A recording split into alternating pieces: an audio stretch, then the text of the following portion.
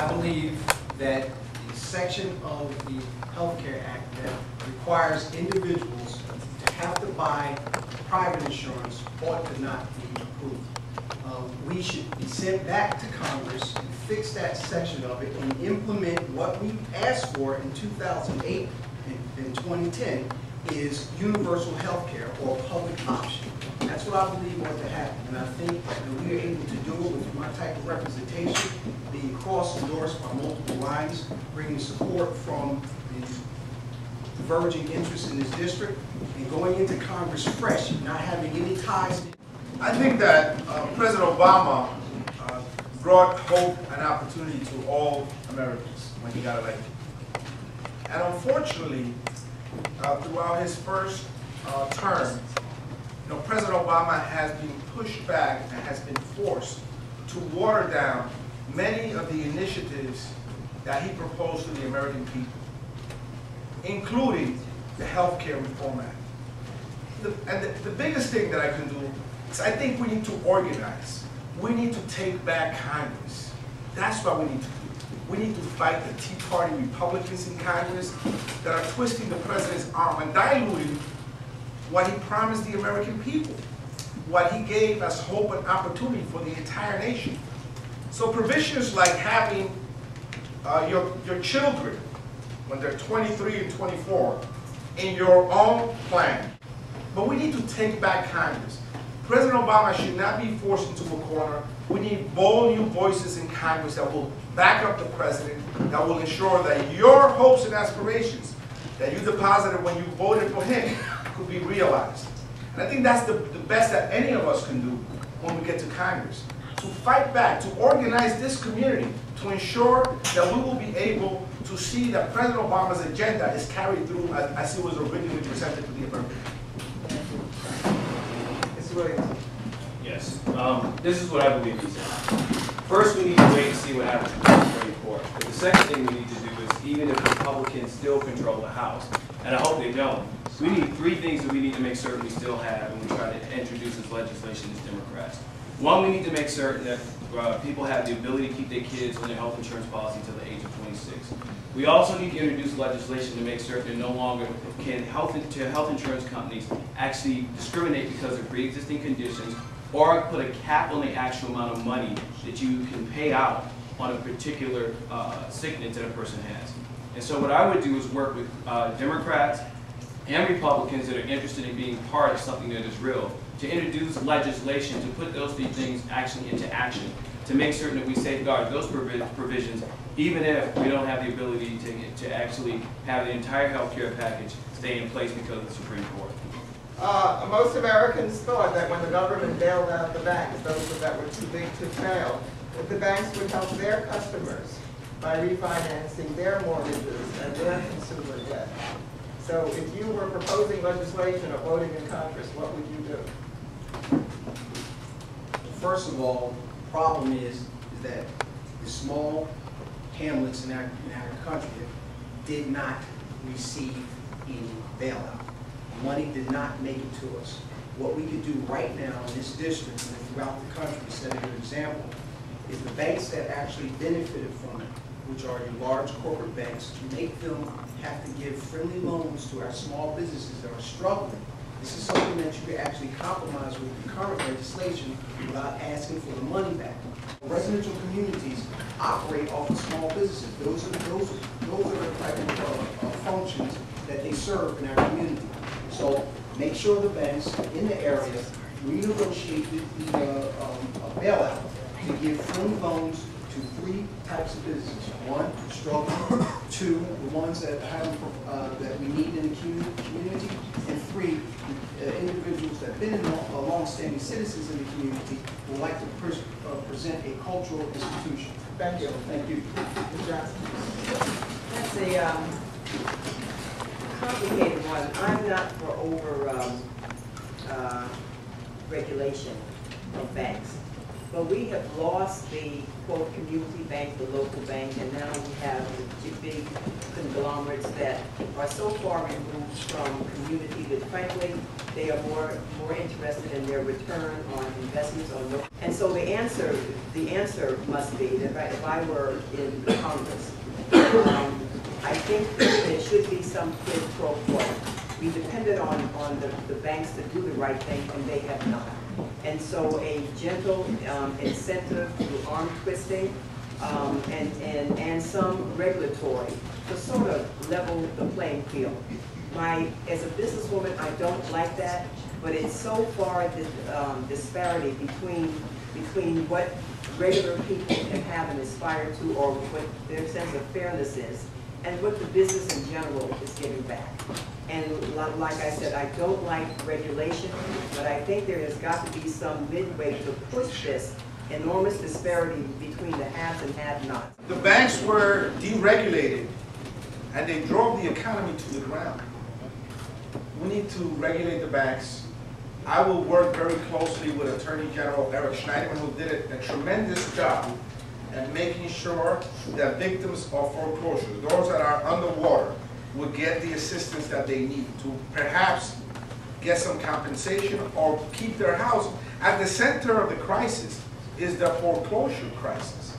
So we must work to ensure that the funding that was allocated and the commission that was created by President Obama, in which Attorney General Schneiderman, who I succeeded in the Senate, is a member of, that we work together with them to make sure that the legal tools are in place for the hundreds of thousands of victims of the foreclosure crisis, and trust created by greed, by pure financial greed. And let me tell you what the next crisis is going to be. The next crisis is the student loan crisis. We just heard that the student loan debt, a couple of weeks ago we heard, surpasses your credit card debt. That means that when your children graduate from college, they owe more money to the banks than we do to our credit cards. That's egregious. That's not the America that you and I thought we will be in. We got to make sure, and I laid out a plan, 5-year deferment for student loans. They shouldn't have to pay more than 5% of their income. And if they do community service in a high-risk community, there should be a level of forgiveness for the student loan. So they're not in perpetuity paying for 15, 20 years of student loan, and when they're done, they have to dig into their pockets to pay for their kids. Thank you. Mr. Williams. Absolutely. Let me answer the question. What I believe we need to do is the following. Banks have always said they don't like government, they don't want the government to regulate them. But as soon as they get in trouble, they want government to bail them out. You should have never been given the TARP money without any strings attached. That's the first thing. The second thing we need to do is actually enforce the laws that are in the book today. You have Sarbanes-Oxley, you look at the fact that the local rule that people are talking about now should be put in effect. The bottom line is, if we have had these things and we enforce these rules, what you saw recently happen with J.P. Morgan, losing $2 billion would not have happened. And so we need to enforce the rules that we have on the books today. And that's not being done. And unfortunately, the money, most of the TARP money was given out under the Bush administration. My assumption is, and I say my assumption because I don't know, that if President Obama had to give most of that money out, there would have been some strings attached to it. And the strings should have been attached to when you get your money, and I do mean taxpayers' money. You have an obligation to put that money to work on the streets for businesses, to renegotiate the loans of individuals who have mortgages, and do the things that are necessary in order to move our economy forward. Not just make money for yourself, the bank, and your shareholders. Thank you. For the next question, we're going to start with you, Mr. Espeon, or this way. Education funding comes mainly from states and localities, but all school districts depend upon federal funding. The last decade has seen No Child Left Behind, Race to the Top, and competitions for funding, which has led to paying private companies and consultants, and the money has not been reaching the classroom. Is there a better way? Is new legislation required? Yes, definitely so. As a friend of the court, I took action along with Councilmember Robert Jackson, who was the plaintiff in the case, the campaign fiscal equity lawsuit, which started right up the street on PS 187, which called for bringing substantial funding to the classroom so every child would have a sound and basic education. We were able to bring in the capital funding, the first start, but the operational money never came through. Although we had a court order that said, not you may, but you shall provide a basic, sound and basic education. I think that we're not getting enough funding from the federal government. We should invest more in education. The best economic development program is education. When you invest in higher education, or just elementary and intermediate school education, or high school education, you're preparing the next workforce. When we turn the corner out of this recession, we better have qualified workers, young people that are trained in science and math, that are competitive not only with the rest of the states, but the entire world. We're lagging far behind other countries and other states. I think the federal government does not allocate enough money for public education. And the states have, frankly, been cutting back. And I think that that's not the way to do it. Sure. Education funding comes mainly from states and localities, but they're all dependent also on federal funding.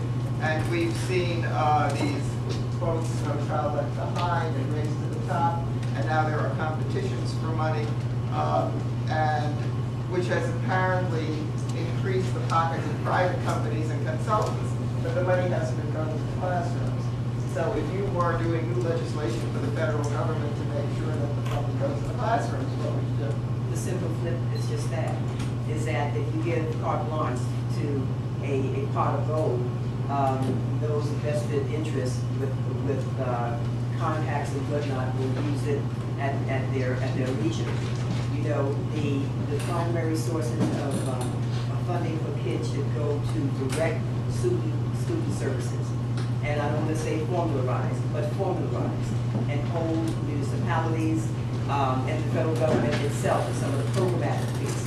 You know, there's nothing, you know, private consultants, but there should not be a disparity between 80% to consultants and 20% to the classroom. So that's the federal government's responsibility to add a cap or some reasonable formula to where indeed the majority, 70–80%, should be going to direct services to our kids in terms of instruction and tools and support services. So I would make it a more formalized approach.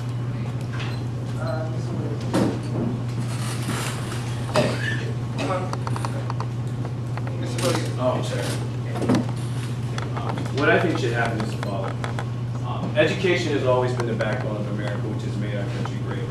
And even though the federal government does not have a large impact on funding for state and local schools, they make most of the decisions. I believe there needs to be a better coordination between the federal government, state and local government, to find out what it is we can do to spend that money better. The other thing I think we need to do is actually spend the money that we have. The comptroller recently put out a report here in New York State where the city actually gave $133 million back to the state because they didn't spend all the money they had for pre-K.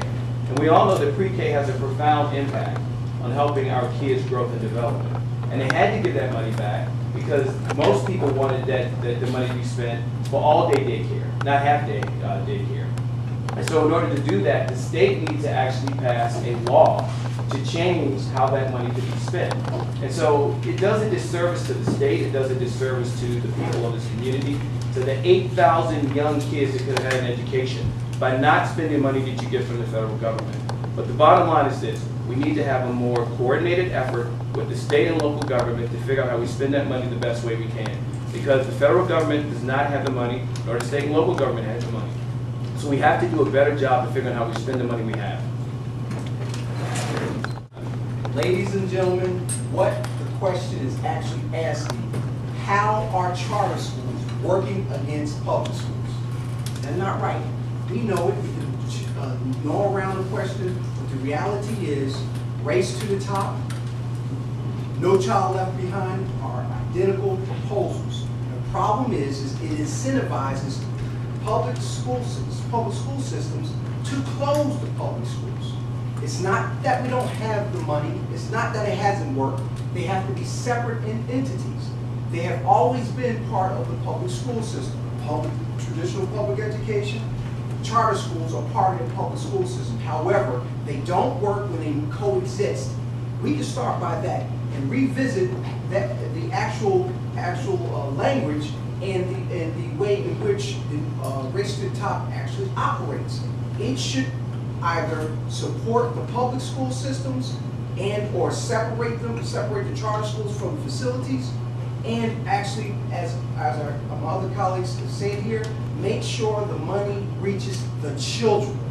And of course we want to evaluate the teachers, and of course we want to evaluate the system.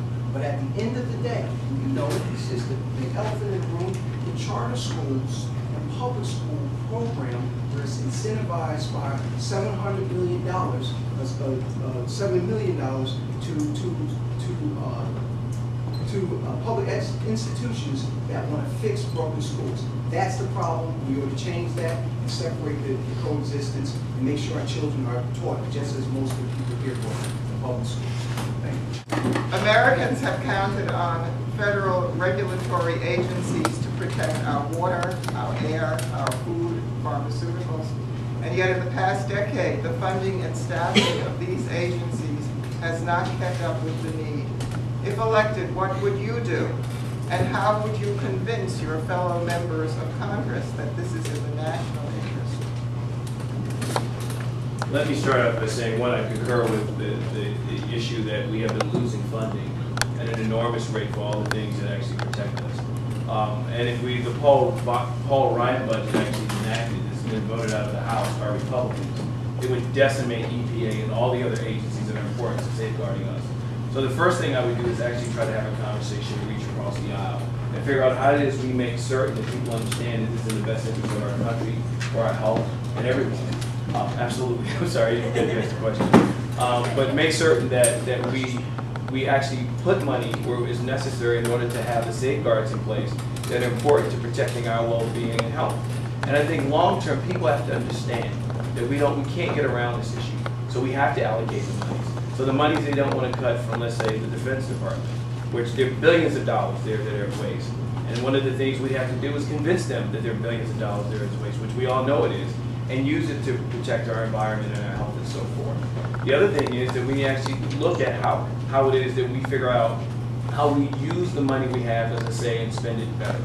There's no doubt about it that the federal government is under tremendous pressure because of the shortfalls in the budget.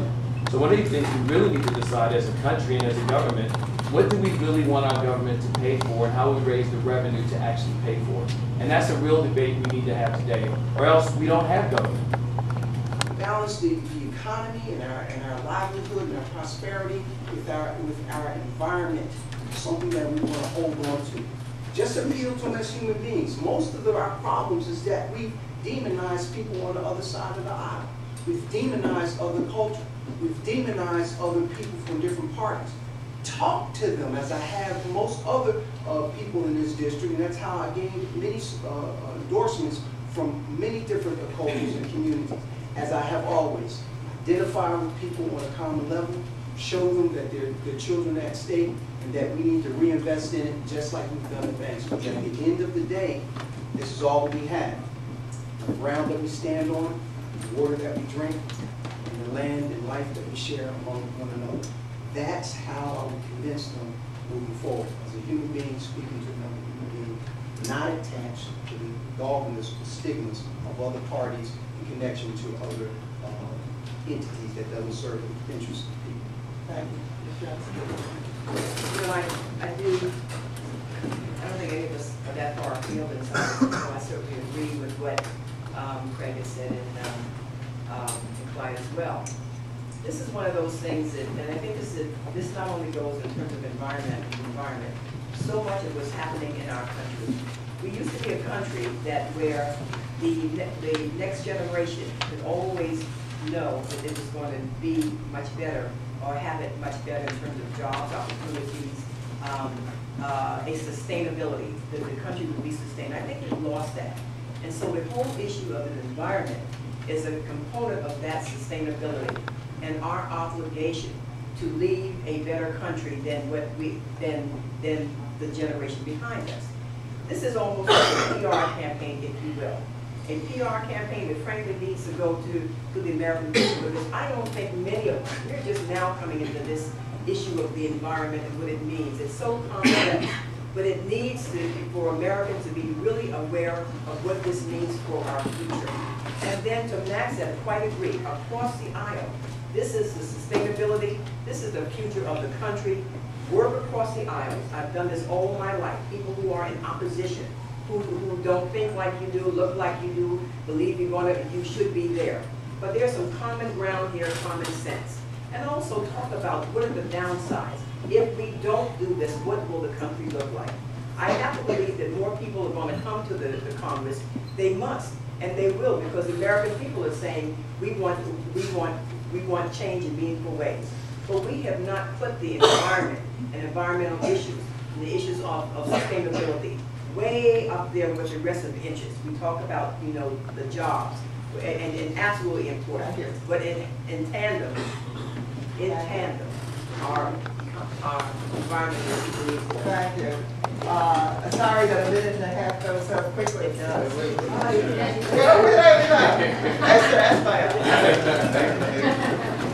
Look, I'm a proud Democrat. We are all competing on June 26th in a Democratic primary. The fact of the matter is that President Obama has tried to deal with Congress in a very, he's a gentleman, he's tried to deal with Congress in a bipartisan fashion. And unfortunately, the Tea Party has not listened to him. You know, I am categorically against hydrocarbons. And you heard the slogan, drill, baby, drill. We need significant funding in EPA in this era where there is a frenzy to drill and to put the quality of our water in jeopardy. You know, we must make sure that the environment is protected. We must take back Congress. It has been under the Republican watch that the divestment of the EPA occurred. It is philosophically consistent with the Republican Party, particularly with the Tea Party, not to care for the environment. That's why I'm a Democrat, and as I'm sure many of you are. I believe in the philosophy of my party. That's why I'm running in a Democratic primary. I'm against hydrofracking, I'm against drilling, I'm for renewable energy, I am for funding the EPA, and I think that could happen if we take back Congress. Thank you very much.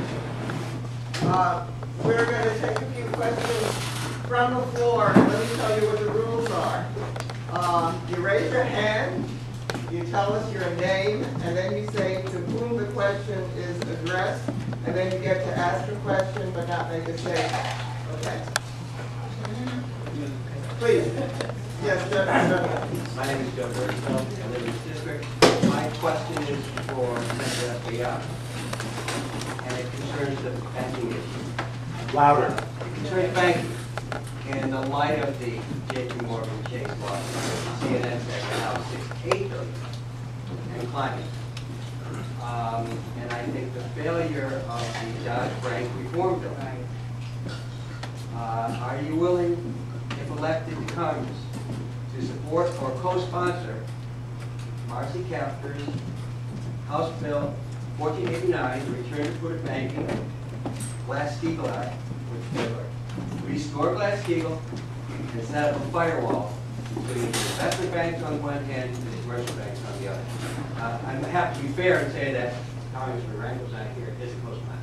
Well, I'm glad that he is a co-sponsor. I am disappointed that he is not here. Because I think that we should have a vigorous debate across this district, this new district, right, where you should know our position on all the issues. And yes, I believe that the financial community has been a runaway train for far too long. And we must have a firewall between those two entities. Just like I believe, by the way, that the speculation going on in the oil business is also a runaway train. You know that the speculation in the oil business is not only driving up the price of gas at the pump, it's driving up the price of food in the supermarket. Many third world countries are seeing civil unrest because you have this casino-like atmosphere in NASDAQ when it matters of of oil.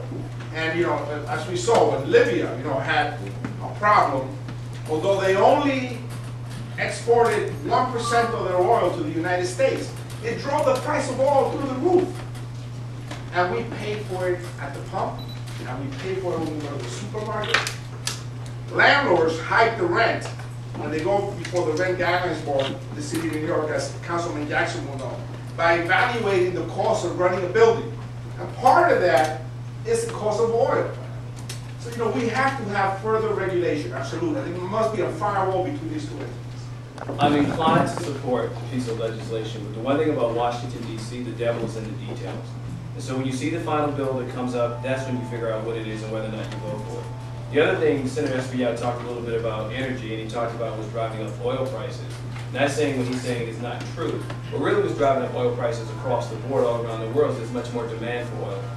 China now is competing with the United States for oil as well as India. And when you see the unrest that's taking place in the Middle East, and particularly in Iran and other places around the world, that's also what's really driving up the price of energy in our countries. And so we need to be responsible about how we use energy. We do need to look at new renewable sources for energy. But we also need to think about what it is we can do right now to figure out how we actually deal with the energy crisis. Well, it's an energy crisis, but the energy demands that we have within our country today. Pat Jacobs, I also live in this community as well. My question is, if we're going to jumpstart America, I'm going to put it out there and I'm going to decide real quick. But I want to. Okay, I put this to Craig Slay. If we're going to jumpstart our community, our country, and it is said that our educational system is underneath, right here in this district, 3, 5, and 6, and another one, 3, 5, and 6, and 4, excuse me, 3, 5, 6, and 4. Our education is less than a third world country.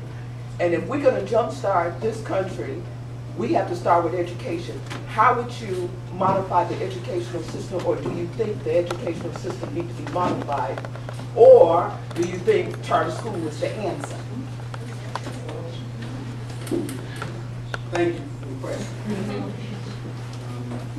As I said earlier, and I'm going to answer like this, our children need the best possible education as possible, as broad as opportunities as we can create for them. The problem is, right now, is that this current system is destabilized because it's not either a public school function or a charter school function. And I believe the best way to go about it is to make sure that our public schools are whole as an entity, as an institution. Allow charter schools to grow organically. If someone wants to invest in them, our children go there, that's fine. But I have an approach about public schools because I don't know of any charter schools that says, I will take every last one of your children and try to teach them. Charter schools serve a purpose. They're needed. We want to keep them and have them there. But to advance our country, to advance our children, we have to put investment in all of them. And that's the only institution or entity that I know has historically trained and taught our people to a functioning level of society and move this country forward. And ultimately, it brought me here where I am today. So that's why. Once again, the question is, how would you jumpstart the educational system to promote America to be #1 as it used to be? Okay, I would go to Congress and start negotiating and introduce legislation to separate the coexistence of the public schools and the charter schools in the same area. There's many of them in this area. It affects the children's psyche adversely. It doesn't allow to have an actual institution where one type of facility with their own philosophy can actually take hold and take control of that area and teach them. And that's something that I would do to go ahead and move forward. Go in there, in the Congress for the first 2 years. I'm going to ask her a question fully. She asked me a second part. And to make sure that argument is actually vigorously debated and introduced and put before the community to have them weigh in. I just thought to a state educated government that's a central sovereignty, the state has sovereignty over the educational system. So, I'm sorry. In a prior life, I was executive assistant to the school chancellor, and I directed the Office of Business and Community Relations, that for 5 years. I saw close-hand educational system, one that, you know, some would argue was a disrepair, but it wasn't. It was a tale of two towns, if you will, the have and have not. What we have done, I think, with No Child Left Behind, I have two things. Believe in public education, whatever that education may be. I believe in the importance of teaching and learning, and as I said before, the resources going directly to teaching and learning. Under No Child Left Behind, we are now in a system, not only in the state of New York, but around the country, of teaching to the test. And so the liberal education that we had in our day, well-rounded, with a broad spectrum of education on so many levels, is now very narrow to, you know, the reading test, the math test, and all. And so teachers are no longer teaching, they are teaching to the test. I also think that there is a component here. So the No Child Left Behind, which is arguably they're trying to get rid of. Certainly too with race to the top. We've got to stop this enormous reliance on the test scores where you get an entire system that is talking about testing and nothing else. And I would then strengthen there is a community component. We also, as I saw, the haves and have-nots, when the community starts to regard education, promote education, and help families who cannot you know, support their kids in terms of, I believe in an extended day, so the kids go on into after school with homework preparation. I believe that they should have computers. And so there's a community component where parents are now working in overburdened. And we no longer... I believe in early childhood education. All studies show that Head Start and early childhood programs give a clear advantage, academic advantage, to those children that attend those programs. I think we should invest in early childhood education. It really gives an edge, a head start to many of the children. In fact, studies have been made as to the difference in the vocabulary of children that have gone to Head Start and that have not gone to Head Start. And 23,000, a child that has not gone to Head Start lacks 23,000 words when they get to third grade, and they never catch up. The other matter is, I think, professional development and teacher training. That's critical. You got to have the best teacher in front of the classroom, and that requires constant professional development and teacher training, particularly in the areas of technology. So, you know, we must invest in those two particular areas. I'm also a very strong supporter of dual language programs. I think the rest of the world is far ahead of us. We must allow our children to learn more than one language so that they can be competitive with the rest of the world. In Europe, the children know 5 and 6 languages. They're very competitive. So dual language programs, I think, are essential and critical. They will make our kids far more competitive than they are now. Yeah, I want to comment briefly on that. Education is a very, very complicated issue. People spend a lot of time, put a lot of resources trying to figure out how it is we improve our schools. So there is no easy answer. One of the things I think we can do, I do agree that we should have pre-K. It should be mandatory across the country. The other thing we should look into is figuring out what works well in traditional public schools, what works well in charter schools, and figure out how we bring those things to scale. And to answer your question, charter schools aren't a silver bullet. About 50% of charter schools in America are not good schools. But what they do is they give parents an option that particularly in a lot of cities, inner cities, where they can't afford other options, to give these kids an alternative to get a quality education. And I don't think we should take that away from them. Thank you. Gentleman right there.